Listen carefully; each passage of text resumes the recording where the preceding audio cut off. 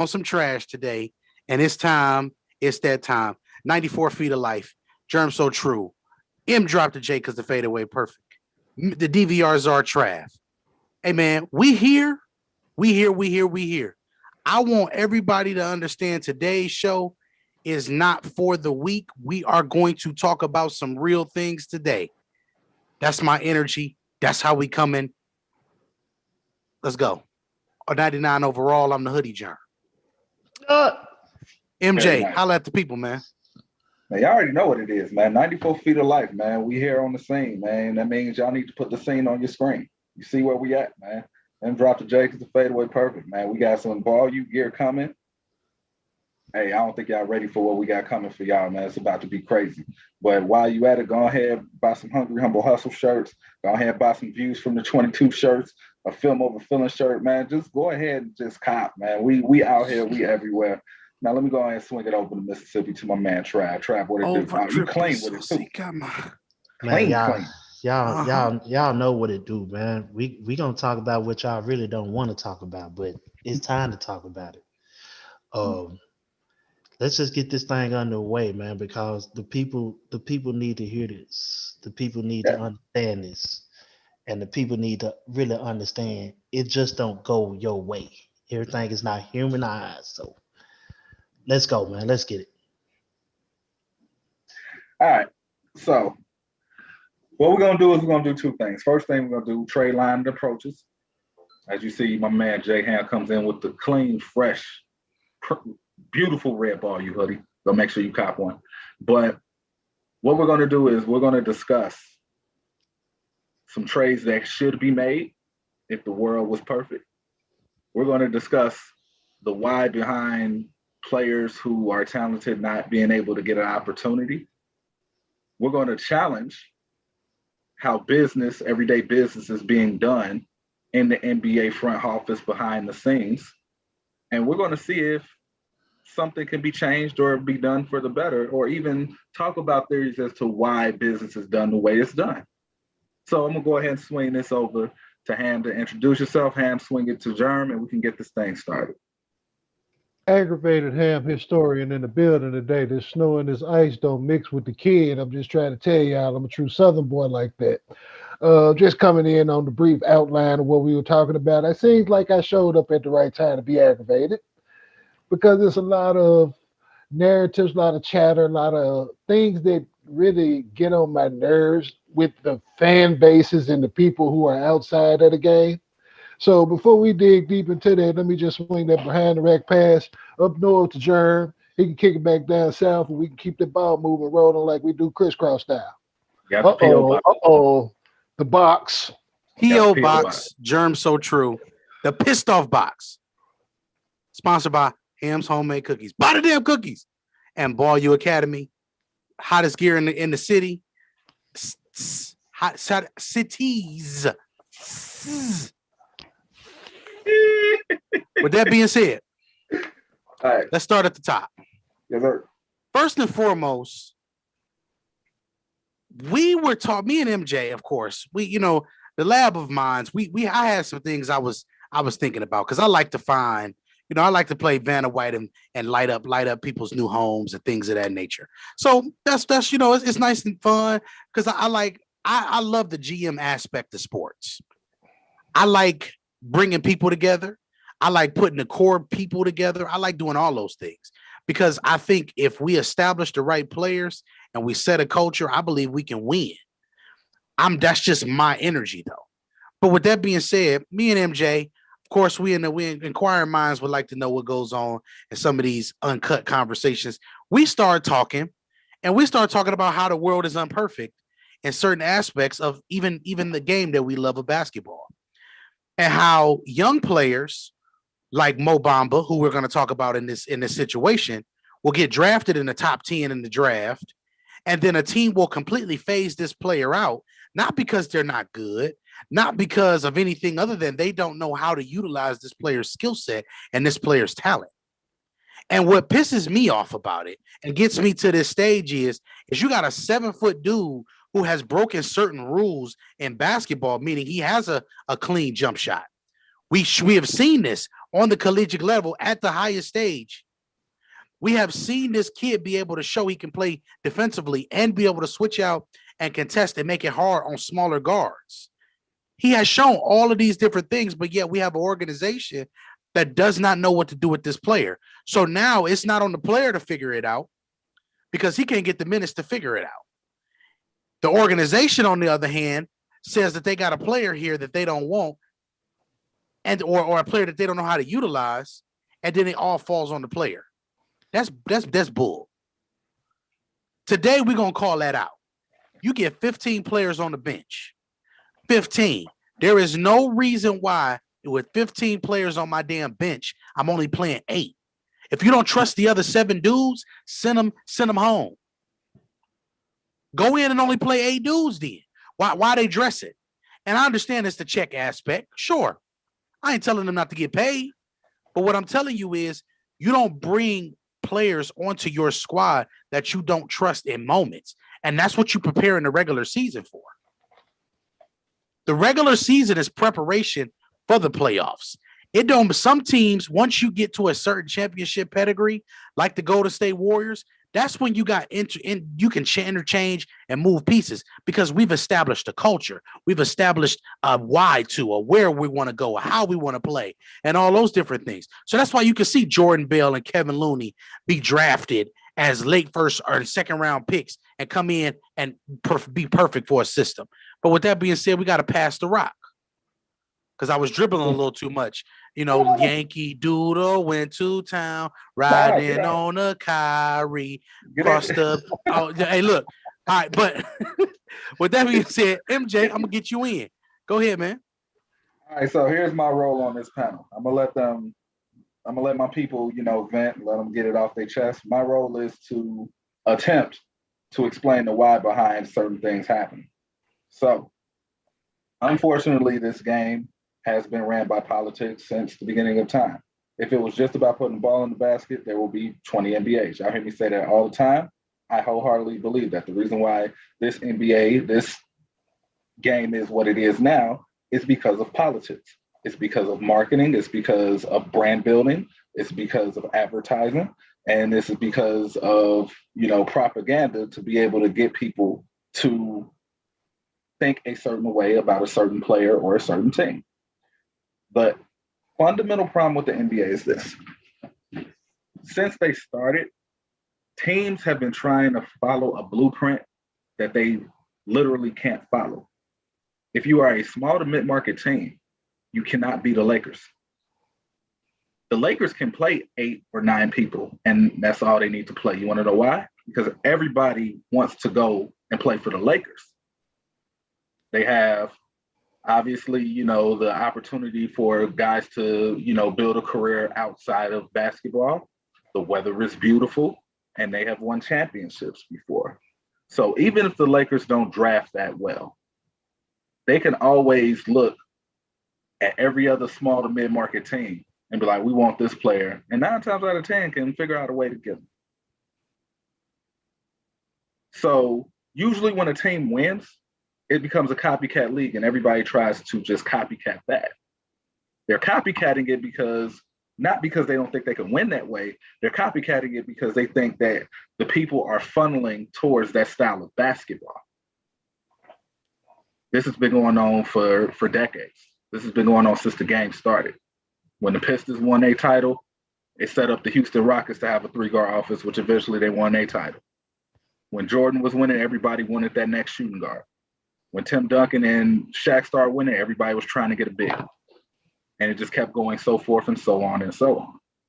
So what we have to understand is because we have small to mid-market teams thinking like large market teams, there are a lot of players that are falling by the wayside because of it.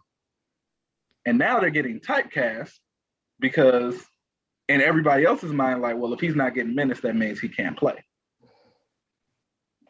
And it's not always that simple. So I'm gonna go ahead and swing this over to J-Ham, but before I do, actually I'm gonna swing it over to Trav, but before I do that, just wanna name a couple of players that come to mind in addition to Mo Bamba. You guys know how I feel about Bobo. If you look at the roster, there's just no room for him to play. No biggie. 2 years ago, I told people about Chris Boucher. On that roster, there was just no room for him. Now that he finally got a few minutes, everybody looking like, where is this kid come from? That kid already been there. But everybody don't get that Chris Boucher opportunity. So I'm swinging over the trap. We're going to stop right there and just keep bringing it around the horn. Hey, man. Here is something that I just don't understand. The NBA and these rosters just don't give a damn. It's just that simple, man. And like you said, as far as the political side of the game, if you're not helping them, there's no use, no matter if they can play or not, because it's all about revenue at this point. I hate to say it. I'm a very advocate person when it comes down to the hooping, the purity of the game, because to me the game is basically 50-50. The ball is gonna go in or it's gonna go off. But it's deeper than that. Once it gets deeper than that, that's where your percentages come in. That's where all your outsiders come in. That as far as telling you how the game's supposed to be and looking at it from a number standpoint and putting those numbers on blast and reasons that you're getting traded. But it's not like that. It's all financial gain. If you're not getting the financial gain out of it, you're not needed. That's why people are in love with other small market teams than these big market teams. Because with these small market teams, they about their winning life. But if they had the money to get other players, their mindset is going to change politically. Because again, they all about their money at this point. But I ain't got too much to say on this, man. I'm just intrigued about the possibilities of the trades that's fixing to go on because the deadline is approaching. It's right around the corner. So Ham, talk to these folks, man.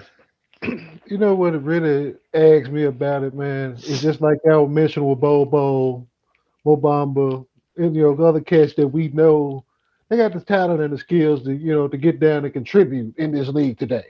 We know this. Right here in my hometown of Memphis, Tennessee, 12 years ago, we drafted a Big East Defensive Player of the Year who was a complete project. And you draft him at number 2 overall. The contrast that, and you try to force feed this. You try to force feed him being on the floor, and he's simply not ready to be on the floor. Game's moving too fast for him.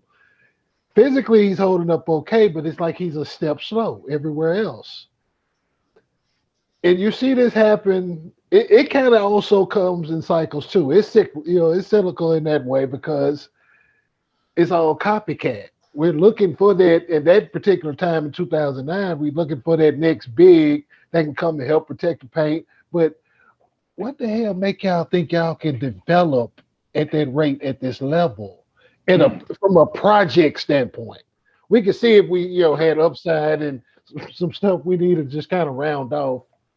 But when it came down to a shame to beat, it was like, homie's simply not good enough for this. And you saw this at the other spots that he went to because he didn't get no time.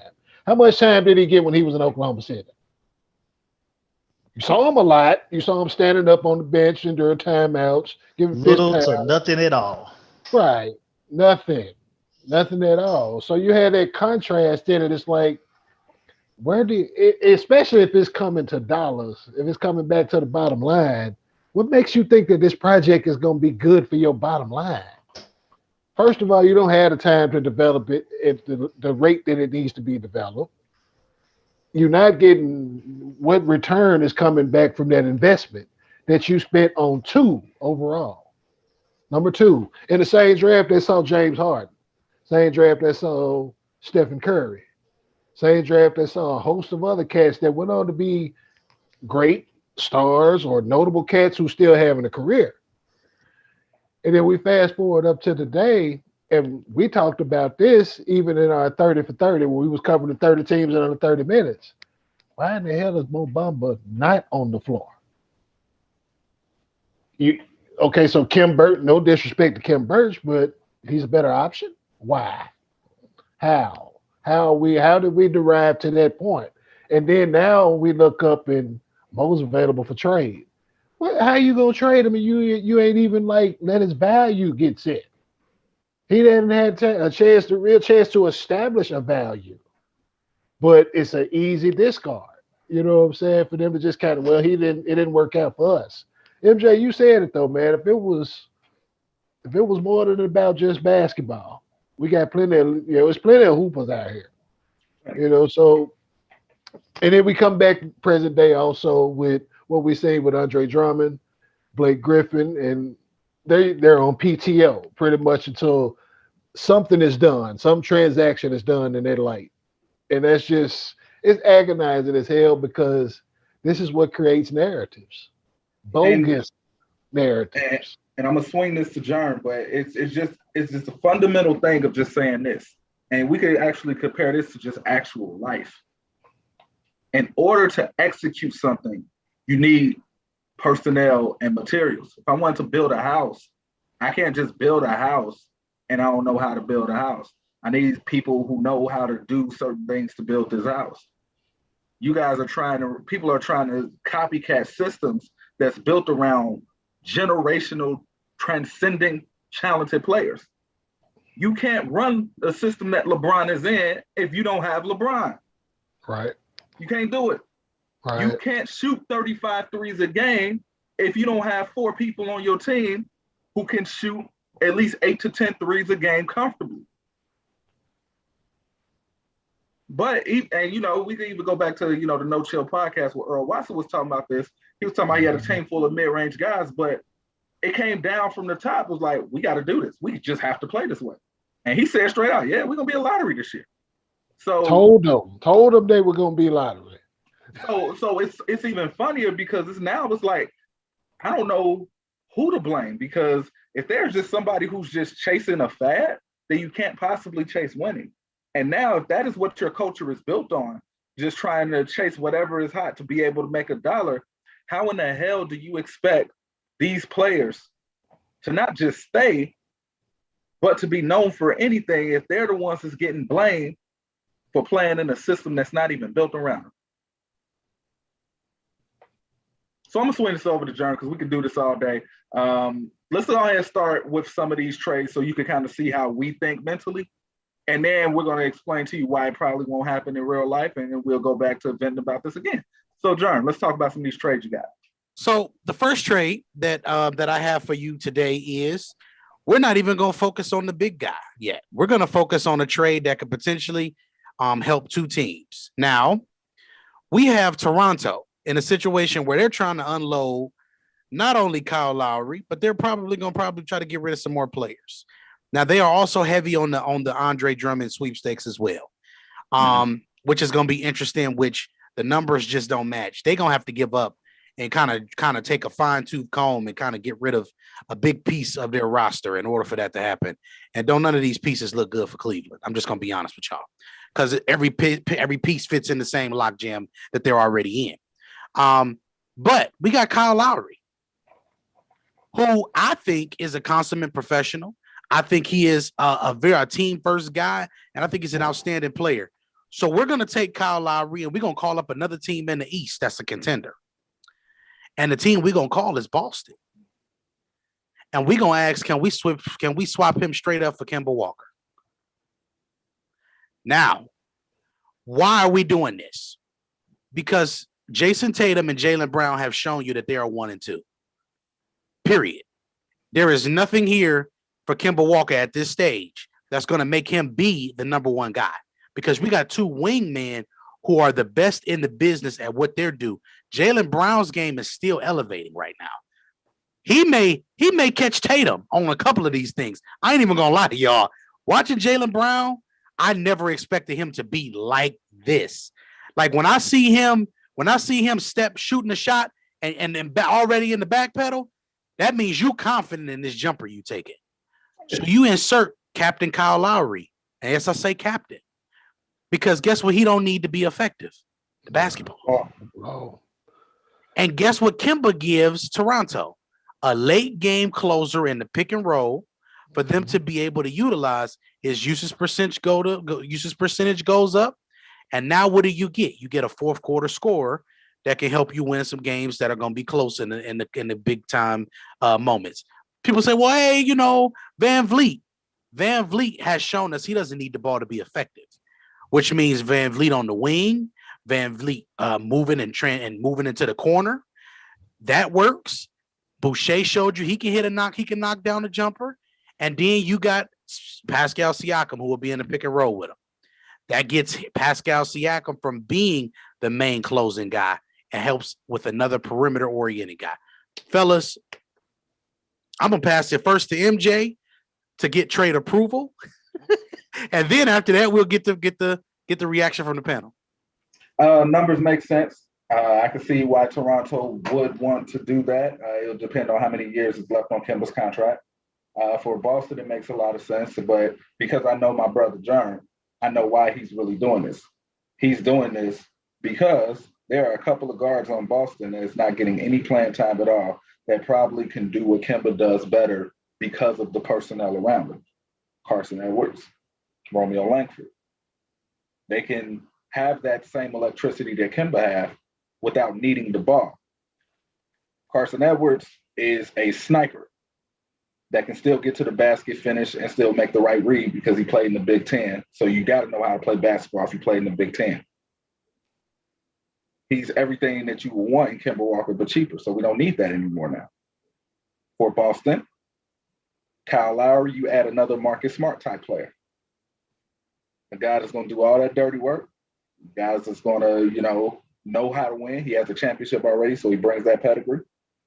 Like I said, it makes perfect sense. The only thing that I will say is Toronto will probably have to get a third team to get rid of Kemba because I don't see them wanting Kemba, mainly because Toronto does the same thing. It's four teams that do it the right way, in my opinion. Four. And I'm not just talking about because they win. Miami, San Antonio, Golden State, Toronto. Those are my four teams. There's probably a couple of more I'm not thinking about right now, but those are my four teams that do it the right way. The reason why is because they're always developing their young talent. They're always giving their young talent the opportunity to play. And when they develop their young talent, they have no problem with promoting their young talent when they get to that point. This is the reason why they don't need to have lottery picks to get good. When was the last time San Antonio had a lottery pick besides last year? It was like 16 years. Miami didn't have no lottery pick. They went to the finals last year. They had no lottery pick. Or if they did, it was towards the end. They got Tyler Hero. Toronto won without having a lottery pick on their whole roster. Golden State, do we even got to talk about that? So I'm swing it up down the trap. What you think? The straight up trade, it could work. It definitely work for Boston because Kyle Lowry is the type of guy that he can work without the ball. To me, he's a better Marcus Smart because he can score better than Marcus Smart. And he can take on the defensive challenges and win those defensive challenges. If you want to do that straight up with Kemba Walker in Toronto, that's on you, Nick Nurse. Can you hide him defensively? Can you make him better defensively? Yes, we're in a league that scores 140 points on an average now. So there's no such thing as playing defense. But can you bend enough that you don't break? We have seen Kemba break quite a few times. But can Nick Nurse hide Kemba if that trade was to happen? That he can bend but don't break. That's why I truly agree with you, MJ, on that third team involvement. There's somebody else that got to get Kemba. And at this point, if you want to trade Kyle Lowry, we done paid you the money, Van Vliet. We know you can do it. but you're gonna need a sidekick. You're gonna need a sidekick. And where else can you get a wing at? You can go to Southwest Texas. It worked out the last time they got a wing It from there. sure did. Cut it. It sure did. Cut. So you can get somebody. You You can get. always You want can to send get. somebody You to can the get. to the, You to can. the You can get. Spurs. You can get a. You can get a. You can get a white. You can get a white that's coming back healthy, playing good ball right now. We got plenty of guards that can put you back there that has a Bennett on break, and that way you have Kimball Walker coming to San Antonio. That's And what you Kemba and want, huh? DeJounte Murray signed me up for that action. Because DeJounte can now do the things that Kemba can't do, and vice versa. I actually like that 3-team deal. Well, here's the problem: the money don't match. Oh no, we gotta send DeRozan. DeRozan got the money. DeRozan about 27, right? Yeah, but we still got a whole nother 7 that we still got to cover, and that's gonna be crazy. All these teams is over the cap too, so that's what makes this interesting. Because all of them over the cap, because it's not like they could just absorb it. They would actually try to have to make it work dollar for dollar almost. So that's what makes it interesting for San Antonio. Now, but how many times have we seen like players that are thrown in that are included in deals? I think San Antonio has enough firepower to throw in a player or two to fill that 7,000. I mean 7,000,000. They can and throw a second something pick. in. They can throw something in. Well, what we can do is we'll come back to this part, and because I can always pull it up on the thing, and we can see what's available, what they can and can't give, and we can go from there. We can do that later. But let's get through some more trades. But before we go to Ham, before we go to him, I see something that's very interesting with Boston and what they have been doing. My guy Jason Coleman is on the Facebook comments, and he's saying that Brad Stevens have given a lot of attention to Pritchard, Peyton Pritchard. Yep. See, much more than Carson Edwards. And I'm gonna pass it on to you, Ham. See, that's why this is Big Bruh in the comments. We ain't even talked to Big Bruh. But I was about to go into the Peyton Pritchard part of the whole deal. And I love it for Boston because if you were to bring in a Kyle had what MJ referred to as championship pedigree. I call it championship cachet. He is a championship ball player. Bottom line, dirt, grit, grimy, no ski mask, make the buckets, defend, big rebounds, whatever it is that you need to get done, Kyle Lowry can get it done for you. And he's on expiring money. So that's a good look. And you got a quarterback behind him and Peyton Pritchard who can come in and give you the same things. The exact same things. A 4-year starter in college. Grown man when he gets to the league. You ain't got to worry about him doing some 18, 19-year-old, BS. He grown with his. He done been through them wars. He done played in the Final Four, the whole deal. And you still can come with, that's potentially if we move in Carson Edwards, right? He would have to follow that. Don't worry. We'll be talking about Carson Edwards in a minute. Okay, but from the Boston end, I like it. And honestly, I like it from the Toronto end because if they can't do nothing else, they draft well. They can still keep themselves in the fold and continue to. They draft well and they grow and develop fantastically. This is part of why when you add what they had grown and developed together, and you add into that piece that they traded for in the summer of 2018, and they raised the banner, the following year. There you go. So I think it will be a good look on both ends. Now the San Antonio end, I'm about sick of Trav with shot making bastards. I'm tired, but it fits. It does. I can make it. I can see where he's going with it. He got plenty of wings. Y'all really need to throw one of them wings up here to Memphis. Y'all can take Dylan Brooks with y'all if y'all want to. We'll talk about that another time too. But I do like the deal for both squads. Just in that standpoint. For Boston, though, it's a right now. That's for them to go get this done right now if they were to go get Kyle Lowry. You're in a logjam because Tatum's money kicks in next year. Kyle will be off the books next year. Right. So that'll give you about $15 million that you can probably play with to get some other players, potentially another big that you may want that might be out there. Because what MJ, what did you say? What's your motto when it comes to bigs? It's a lot of models I have when it comes to bigs. Well, which one you referring Well, to? the one that I'm referring to in the big you can find in free agency. Oh, Jim, as far as the Cam's big goes, if they can move well and they can shoot with touch and rebound and protect shots, then you got it. And you can find them if they're not playing.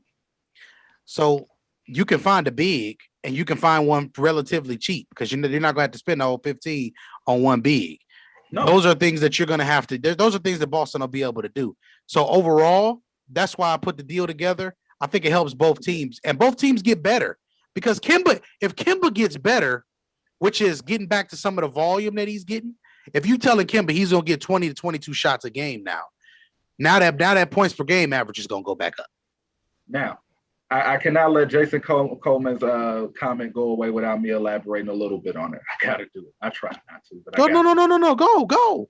That's why I'm taking that. Look, you see, I'm walking the ball up the court real quick so I can get you set up. So NBA teams, from an ownership standpoint, have two goals. They get one out of these two goals, they're happy. Win a championship, make money. Those are two goals.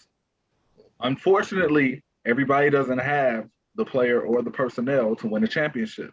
So the next job is to make money. Well, how are they making money if they're not winning? You build a team that the area around you can relate to. If you look at everybody on Boston squad, you look at all of those talented guards, yet they're playing Peyton Pritchard. Let's really think about it. Go to Indiana, go to the Pacers squad. Look how much playing time McDermott gets. Look how much playing time the guard from Arizona get. And they can play. Let's not get it twisted. I'm not saying they can't play. They really know how to do their thing. They can play. But you have to understand, it's no different than when we watch Family Feud and a black family versus a white family be on. 90% of y'all rooting for that black family to win. Because if you look like them and you relate to them, well, it's no different. And when they're building these teams of basketball, at some point you need that one person or those two people that your area can relate to and live vicariously through so that you can provide hope. You provide hope to these people, they are going to invest in you, they're going to cheer for you, and then it becomes bigger than winning. Peyton Pritchard in Boston. So if the game was just about hooping, it would be 20 leagues. So next trade. This is a fun one. Okay. We got a team in Atlanta that's got a disgruntled player. And he's disgruntled. And we got cap space because we ain't paid nobody yet for real. Young squad. So we got Mr. John Collins himself, who is, I think, one of the most promising young forwards in basketball.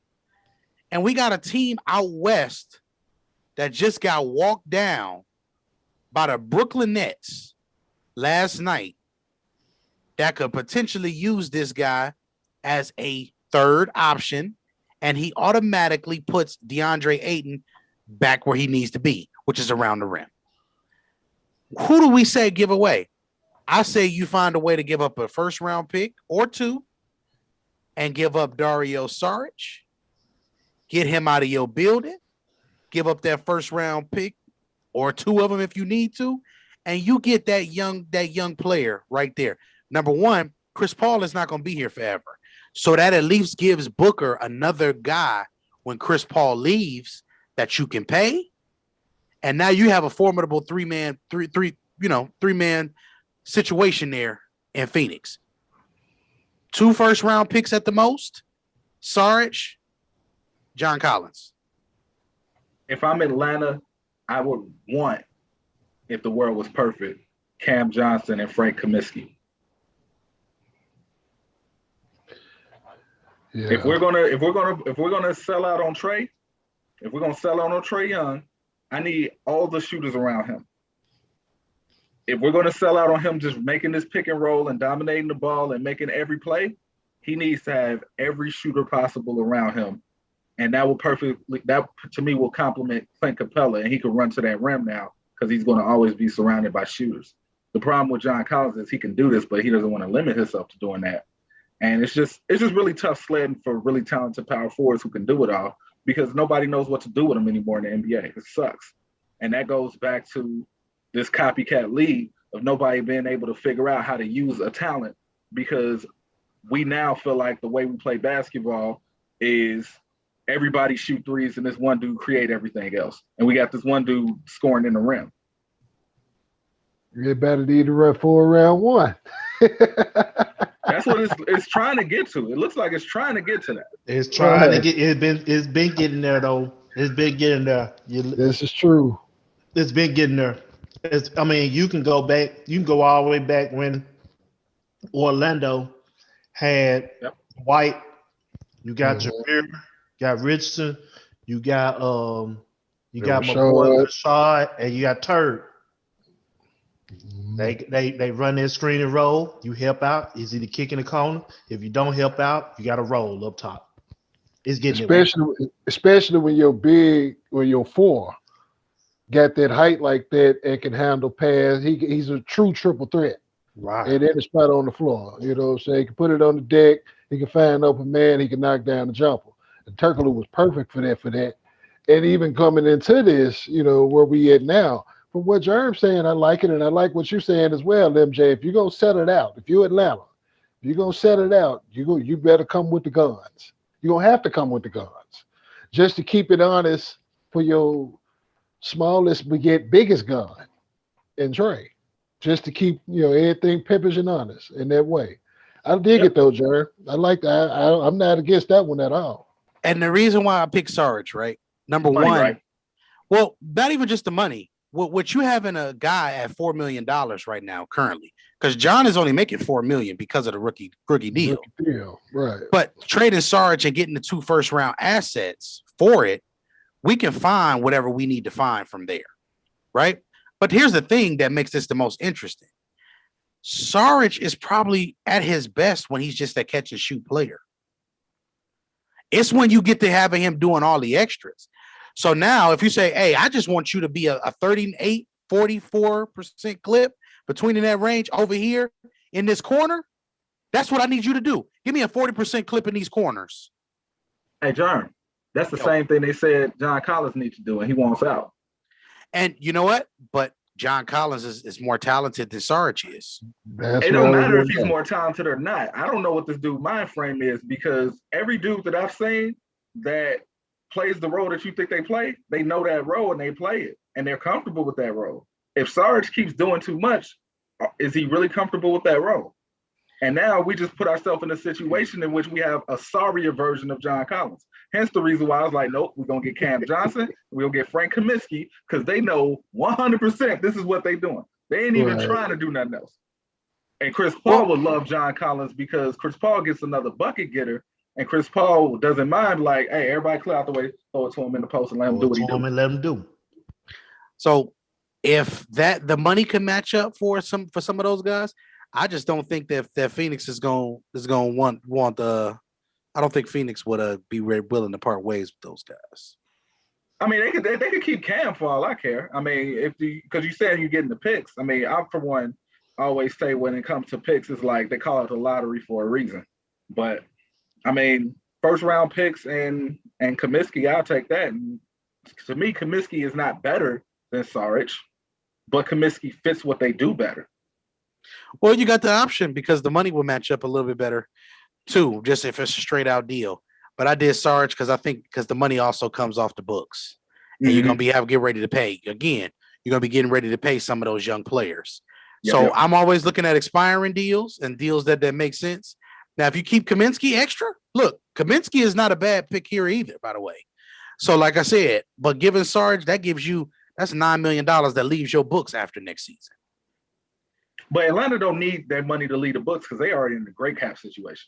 Right. They just need to they're one of the 4 teams under the cap. Yeah, they just need to figure out how they're going to build this team, who is going to be here for the long haul, and who we need to just go ahead and flip right now. They just need to figure that out. And that way, that's like I said, if Sarge, hey, bye. Bye then.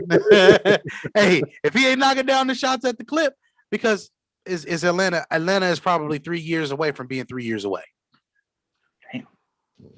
But it's truth, cold game. I mean, we gonna keep it real. So It's the truth. I got more trade scenarios, but we ain't gonna keep y'all too long.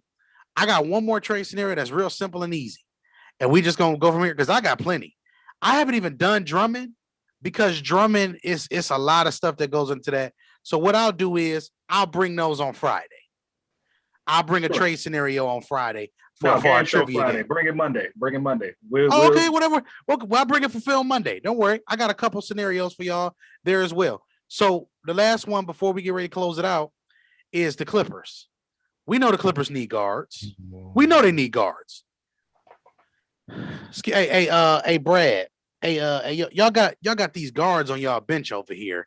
What you want for Langford or what you want for Carson Edwards?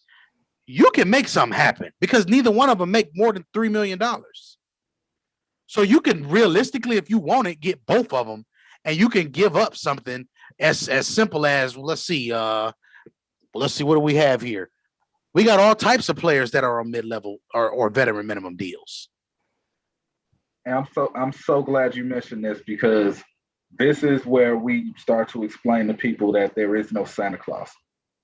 I can almost guarantee you it's about 5 or 6 germs in every GM front office.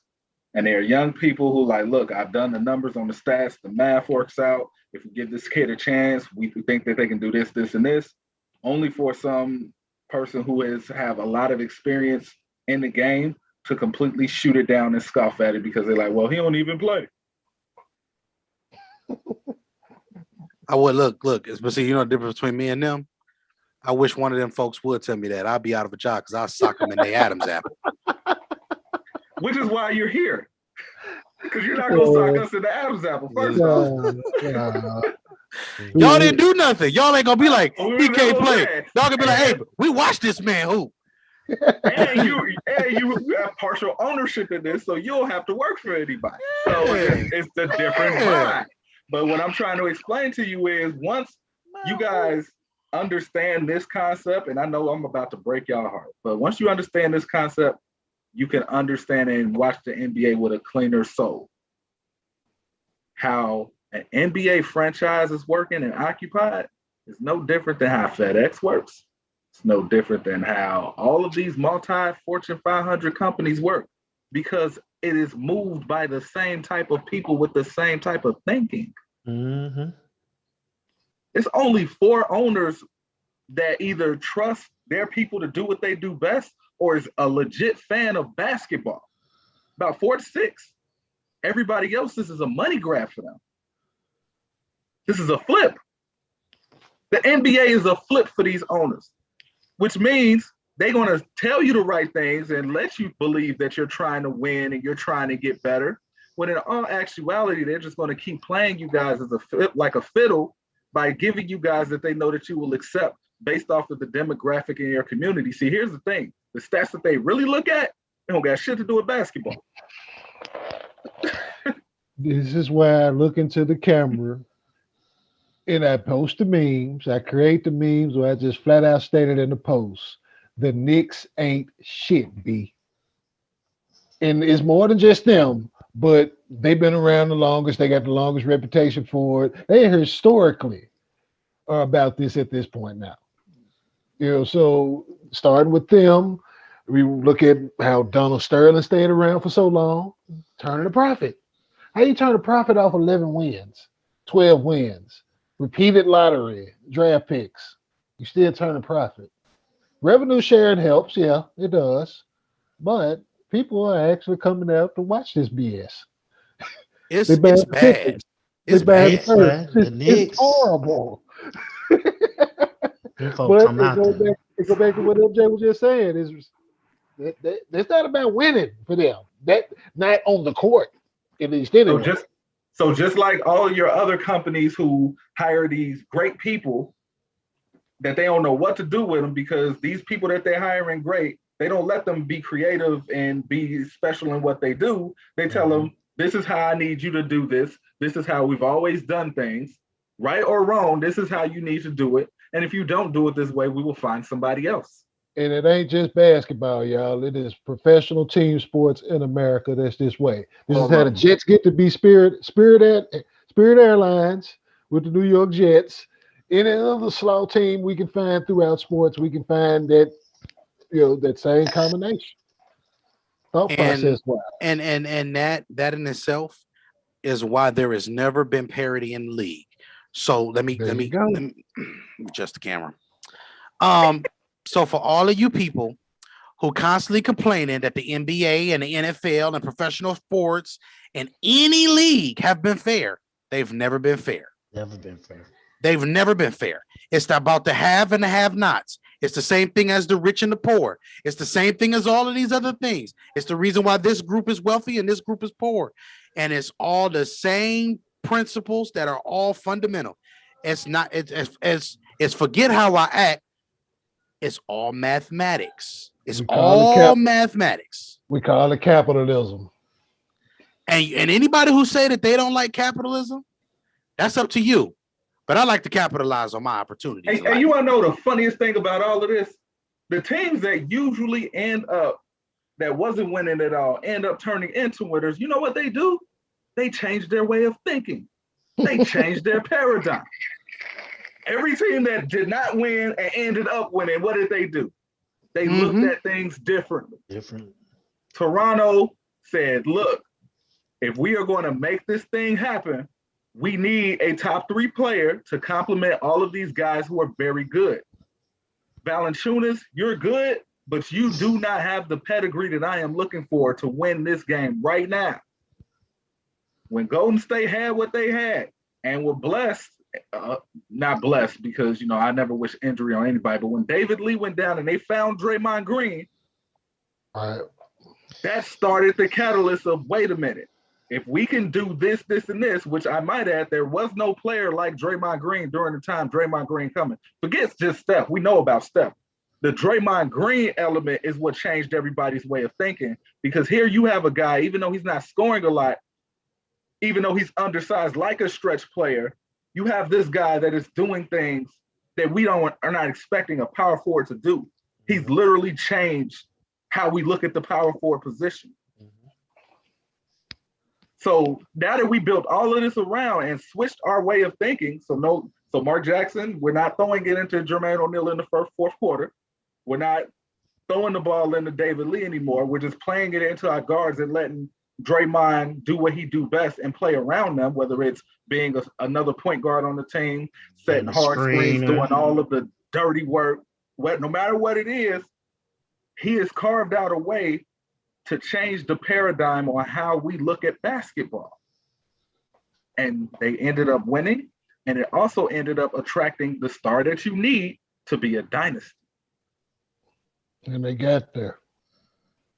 It sure did. I want y'all to really listen to some of this stuff. Like some of this stuff that y'all be saying don't even be making sense. Life is not fair, and y'all walk around talking about, well, the NBA is super teams. Boston won 8 out of 10 years. You don't win 8 out of 10 years if you ain't got all the good players on your team. That's impossible. 8 out of 10. I grew up in the 1980s that saw 5 teams throughout the entire decade playing the NBA Finals. 5 different franchises. 5 in 10 years, man. That's 5 different teams in 10 years. And two of them only played in one. And I'm saying that one of those teams went to 8 in their decade. Ada, beta, sweet potato. So until y'all understand that your team is going to be trash, until y'all change y'all paradigm and y'all way of thinking, until you understand that, until you demand that your organization and franchise get the players that you need to win, not the players that you favor and want to believe in, but the players that you need to win, you're going to continue to keep losing. Indiana has not been good since what year? 05. Yeah, 04, right? No, it was 04. I mean, you got the Paul George time. Yeah, 05. I'm sorry, 05. No, but it was 05. It wasn't Paul. Even with Paul George, we take both of those teams. Right. What was that, 11? George. That's like 13, 14 with them. But let's take both of these teams. But let's take both of these teams. Do they actually resemble the culture of Southern Indiana? Oh no. Especially that old But 14 they that went to won. They made it the Say that again, furthest. Trev. Say it again. No. Oh They no. made it the Hey, furthest in their whole tenures. right. I ain't counting ABA. In their whole tenures, the 3 times they Oh have made no. it the furthest is when they had a team that did not resemble what represents Indiana basketball. Coming from the Indiana Hey, native, y'all. He know. hey, Look at that 2000 team. Chris Straight Mullen. goons. Chris Goons. Mullen. Jalen No, Rose, I'm talking the Davis No, you brothers. talking about Davis, but Davis yeah. boy. Oh, you talking about Goons. that. Austin, yeah, you So had Austin Crocier. That 04 team, 05 team that ended up in the stands in Detroit to whoop some ass. That so this 11 the way team, that we David sum it up. West. The way we sum it up. It's by a kid show that we used to watch back in the day that everybody probably seen. It's called Out of the Box. Out of the box. Pictures come alive. Out of the box. It's music in our hands and in pots and pans. So what that whole premise of that show is to think outside the goddamn box. Outside So think outside the goddamn box. My goodness. Them folks was doing the theme song with hands. They was doing it with controllers. They was doing it with light bulbs. They was doing it with water bottles. Water bottles. Come on, man. They got What creative. y'all doing? They Think got creative. outside the box. Right. Outside. There's the box, right? Get outside of it. That way you can see another picture. What are y'all doing? What are you doing? All right. So look, that makes me so upset. Y'all make me angry. I'm sorry. Um, I told you I was gonna be Morpheus. I told you that today. I told you I was gonna shed some light on this. and I'm Neo because I'm the one that's gonna tell Yeah, y'all that and even Neo y'all threw messing up when up. he found out what the Matrix was. Even he Man, threw up. Ham, you like the Oracle, so I come to you when I need some guidance. Hey, I'm with you. We think too much alike anyway. This All is four of us, especially. You know what I'm saying? We all thinking alike in I the same just focus. We get annoyed by the same stuff, especially from a basketball standpoint, because it's like, yo, y'all making this harder than what it has to be. Mhm. In a lot of cases, it's already hard to win in this league. It's you already got that kind of talent. attrition, you got attrition by itself is the biggest thing in sports that we cannot control. Yep. True And that. then but then as soon as we talk about attrition, well, if they would have had, and then if they would have had him, and if he would have been on the court, and then this would have if was a fifth, we'd be I would be drunk. happy. I As would a be happy. skunk. Hey, listen. The You'll be man said, happy. I'd be happy. With that being said, man, look, we got a show tonight. The dish will be on tonight live. 8 Eastern. We got that show going 8:15 Eastern. We will be coming to you live there. Remember, the scene, make sure SCEN, all capital letters on the Facebook like page. Remember the scene, THE, all capital letters, scene on YouTube. And then, of course, we have the underscore scene on Twitch, scene underscore the on Twitter, the dot scene on Instagram. Make sure y'all follow all of that good stuff. Make sure y'all check out 94 Feet of Life, the Facebook group. It's going on, man. Listen, man, we just need y'all to come on in and talk a little hoops with us. Keep the narratives at home, though. Put them on the shelf and put your pride aside, and we can help y'all see the game at its purest and most beautiful standpoint. Fellas, any final thoughts before we wrap it up? I think I said enough. We didn't Y'all talk covered, enough. y'all covered it like going around the bases, man. Matter of fact, speaking of going around the bases, I might jump on the dish tonight just to hang out. Well, as you see, we gonna have a full panel on tonight for the dish. With that being said, signing off from the scene this afternoon. We out, y'all. We'll see y'all later.